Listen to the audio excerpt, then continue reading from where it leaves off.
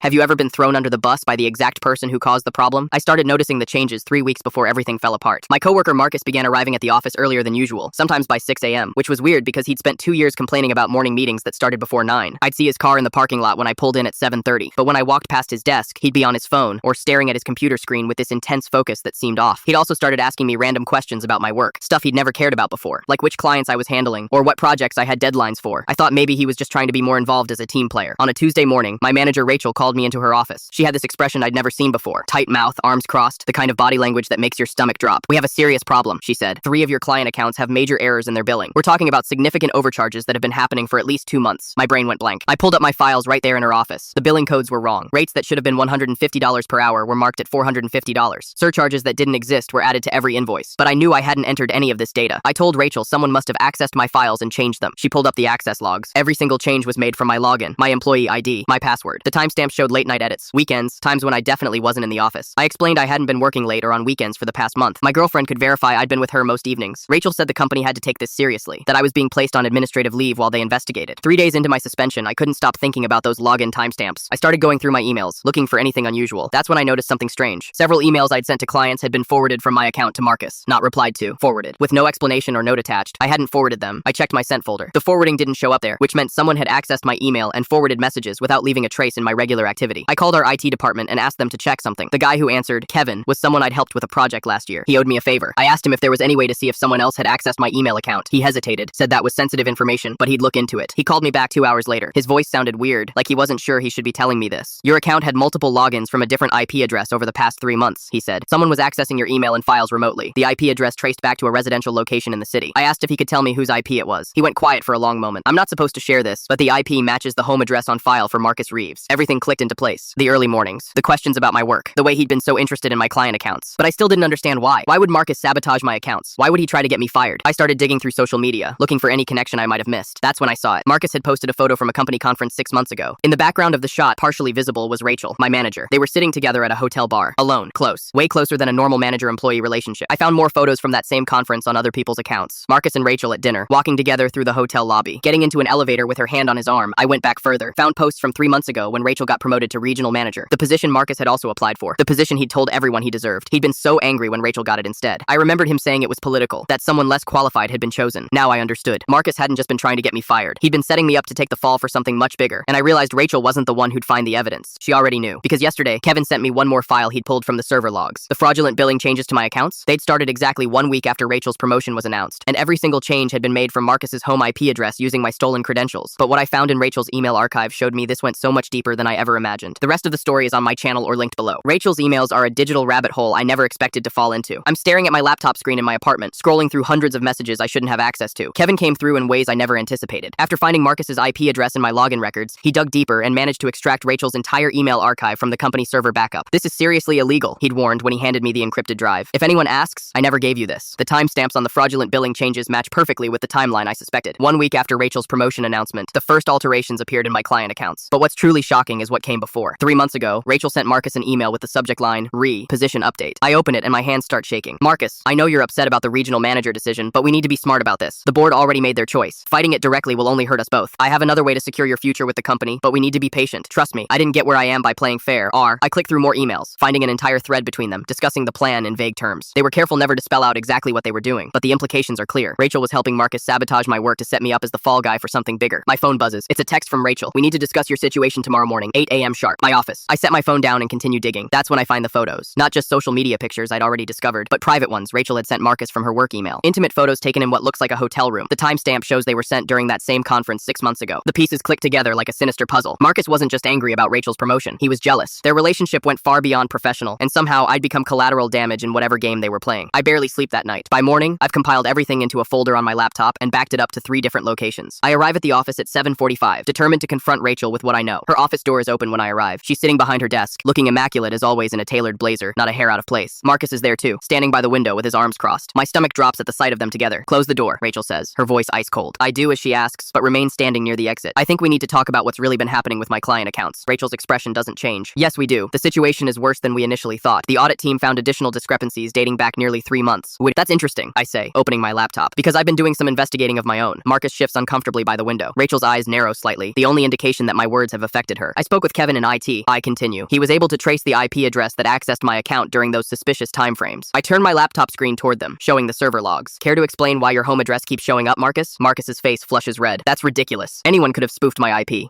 Kevin confirmed it wasn't spoofed. I counter. And he also confirmed something else interesting. I pull up another document. The timestamps of when my account was accessed match perfectly with times you weren't in the office, including early mornings when you started showing up at 6 a.m. Rachel stands up, her composure slipping for the first time. This is absurd. Your login credentials were used. You're responsible for keeping those secure. That's what I thought at first too, I say, pulling up another file, until I found these emails forwarded from my account to Marcus. Emails I never sent. The tension in the room is suffocating. Marcus looks at Rachel, panic evident in his eyes. And then there's this, I say, opening the final folder. Emails between the two of you discussing the plan right after Rachel's promotion was announced. The same week, the fraudulent billing changes started appearing in my accounts. Rachel's face has gone completely pale. Where did you get those? Those are private company emails. They're evidence, I reply. Evidence that you two conspired to frame me for billing fraud. Marcus takes a step toward me. You have no idea what you're talking about, don't I? I turn to Rachel. Did you know Marcus was accessing my account? Or was that his own initiative after you didn't get him the promotion he wanted? Rachel's mask finally cracks. You need to leave. Now. You're on administrative leave, remember? Being on company property is grounds for immediate termination. I'm happy to leave, I say, closing my laptop. But first, I think we should call Kevin up here to verify what I found. Or maybe we should take this directly to the CEO? The mention of the CEO makes Rachel flinch. This isn't over, she says quietly. You have no idea what you're getting into. As I turn to leave, Marcus grabs my arm. Delete those emails, he hisses. If you know what's good for you. I pull away from his grip. Too late. I've already backed everything up. I look between them. The question now is how deep this really goes, and who else is involved. I walk out of Rachel's office with my heart pounding in my chest. This isn't over. It's only just beginning. I spend the rest of the day in a fog, barely registering the concerned glances from coworkers as I clean out my desk. Rachel's email arrived 20 minutes after our confrontation. I'm officially on unpaid administrative leave, pending a full investigation into billing irregularities. The irony would be laughable if my career wasn't hanging in the balance. Back at my apartment, I spread everything I have across my kitchen table. The server logs Kevin provided show a clear pattern. Marcus's IP address, accessing my account consistently between 6 and 7:30 a.m. for the past 3 months. The timing lines up perfectly with when he suddenly became an early bird at the office. But something doesn't add up. The billing alterations changing $150 rates to $450 are too obvious, too sloppy for someone with Marcus's attention to detail. He wanted me to get caught. I call Kevin, keeping my voice low despite being alone in my apartment. I need more, I tell him. The logs are damning, but they don't show the full picture. Kevin sighs heavily. I already gave you more than I should have. If they find out, they set me up, Kevin. They're going to destroy my career unless I can prove what really happened. The silence stretches between us before he finally responds. I can get you access to the billing system audit trail. It keeps a record of every change, including what was modified and when. But after that, I'm done. I've got kids and a mortgage. That's all I need. Thank you. 2 hours later, my laptop pings with an encrypted file from Kevin. The audit trail is comprehensive timestamps, user IDs, IP addresses, and detailed before and after values for every field. As I scroll through the data, a pattern emerges that sends a chill down my spine. While Marcus was using my credentials to make obvious billing changes, someone else was making subtler alterations to dozens of other accounts changes that wouldn't trigger immediate red flags, but would add up to significant money over time. And those changes came from Rachel's user ID. I lean back in my chair, mind racing. This isn't just about framing me. It's about covering up something bigger. I need to get into Rachel's email again, but this time I need more than what Kevin provided. I need her current communications. Kevin won't help me again, and I don't want to put him at further risk anyway. I stare at my laptop screen, weighing my options. What I'm considering is illegal, a federal crime even, but they've already destroyed my reputation at the company. What more do I have to lose? I start with what I know about Rachel. Her previous password patterns from the email archive Kevin gave me. Her birthday, March 17th, according to the company birthday calendar. Her dog's name Baxter, mentioned in several emails. Her alma mater, Northwestern, prominently displayed on her office wall. 3 hours and dozens of attempts later, I'm in. Rachel's password, Baxter2017, is embarrassingly predictable. The first email I see makes my blood run cold. It's from Rachel to Marcus, sent just hours after our confrontation.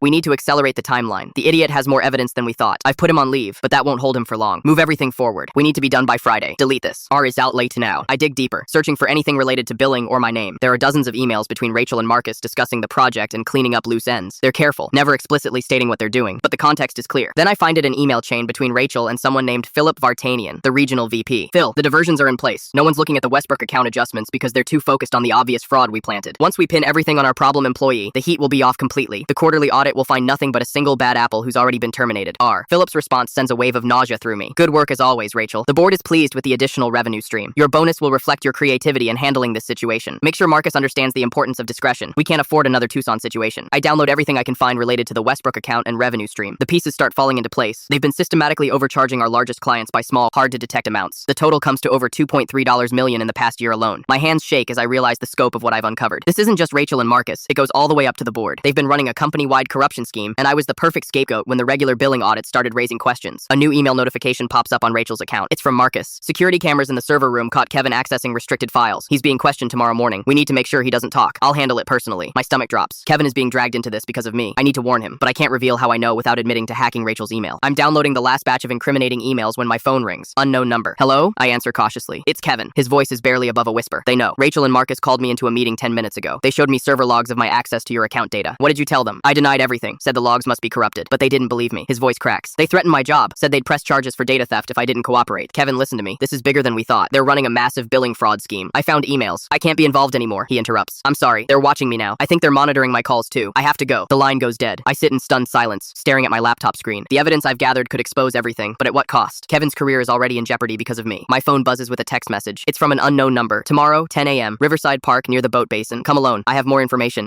Marcus wants to meet. It could be a trap, but it might be my only chance to get answers directly from the source. Either way, I need to be prepared. I spend the rest of the night backing up everything I found to multiple secure locations. Whatever happens tomorrow, the truth about Rachel, Marcus, and the company's corruption is coming out. I just hope I'm still around to see it. I'm sitting in my car outside the Riverside Park boat basin at 9:45 a.m., 15 minutes early for my meeting with Marcus, running through my plan one last time. The voice recorder app on my phone is already activated, tucked discreetly in my jacket pocket. I've backed up all the evidence to 3 separate cloud accounts and left a sealed envelope with my neighbor containing instructions to send everything to the local newspaper if I don't return by tonight. The park is relatively empty this morning. A few joggers, an elderly couple feeding birds, a woman walking her dog. Perfect witnesses if Marcus tries anything stupid. I spot him before he sees me, pacing nervously near a bench overlooking the Hudson River. His usually immaculate appearance is disheveled, wrinkled shirt, tie loosened, dark circles under his eyes. He looks like he hasn't slept in days. I approach cautiously, making sure to stay in view of other park visitors. Marcus. He jumps at my voice, head whipping around. Jesus, you scared me. His eyes dart around the park. Did anyone follow you? No. Why would someone follow me? I'm just a billing clerk on administrative leave, remember? The bitterness in my voice isn't feigned. Marcus drops onto the bench, running his hands through his hair. This has gone too far. Rachel's lost her mind. Really? Because from where I'm standing, you two seemed pretty in sync when you were framing me for fraud. He laughs, a hollow sound devoid of humor. You think I wanted any of this? You think I enjoyed getting up at 5 a.m. every day to log into your account before anyone else arrived? Then why did you do it? I ask, sitting down beside him but maintaining distance. Because Rachel didn't get you the promotion you wanted? The promotion? Marcus looks genuinely confused for a moment before understanding dawns. God, you still don't get it, do you? This was never about the regional manager position. That was just the cover story. My pulse quickens. Then what was it about? Marcus leans forward, lowering his voice. The Westbrook account. Did you see those emails? I nod slowly, not wanting to reveal how I obtained them. 3 years ago, Rachel discovered a billing loophole in our system. Small incremental changes that wouldn't trigger the automated audit flags. She started with just one client, skimming a few $100s. When nothing happened, she expanded. And brought you in on it, I say. Marcus shakes his head, not willingly. I caught her altering the Westbrook invoices last year. She offered me a choice. Join her or she'd frame me for the whole thing. She already had my login credentials from when I'd asked her to cover for me during my father's funeral. The recorder is capturing everything, but I need more specifics. So you helped her steal from our clients? At first, I just looked the other way. But then the quarterly audit started raising questions about unusual billing patterns. Rachel needed a diversion, someone to take the fall while she cleaned up her tracks. Me, I say flatly. You were perfect. Relatively new, worked independently, had access to all the major accounts. His voice drops even lower. But it wasn't just Rachel and me. Philip Vartanian has been taking a cut of everything. He's the one who protected Rachel when she got caught the first time. My mind races back to the emails I found. The Tucson situation? Marcus nods. An accountant there noticed discrepancies in Rachel's reports 2 years ago. He disappeared. Official story was he quit and moved to Canada, but he leaves the implication hanging. A chill runs down my spine. Are you saying